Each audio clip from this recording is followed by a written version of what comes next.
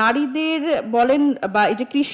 কৃষির যে এখন একটা বোরো ধানের সিজন, সেই বোরো ধান নষ্ট হলো, কৃষক কার্ড দিয়ে আসলে কতটা এই জায়গাগুলো ওনারা ধরতে পারছেন। এবং দেখেন আমাদের ডেপুটি স্পিকার মহোদয় তিনি গতকালকে বলছেন যে ফ্যামিলি কার্ডটা আসলে ঠিকঠাক দেয়া হচ্ছে না, বা কৃষক কার্ড এগুলো যা সত্যিকার অর্থে সুবিধাভোগী তাদের দেয়া হচ্ছে না। সুতরাং এই জায়গাগুলোতে এই যে প্ল্যানিং এর জায়গাতে বিএনপির মানুষজনই বলছে যে সমস্যাগুলো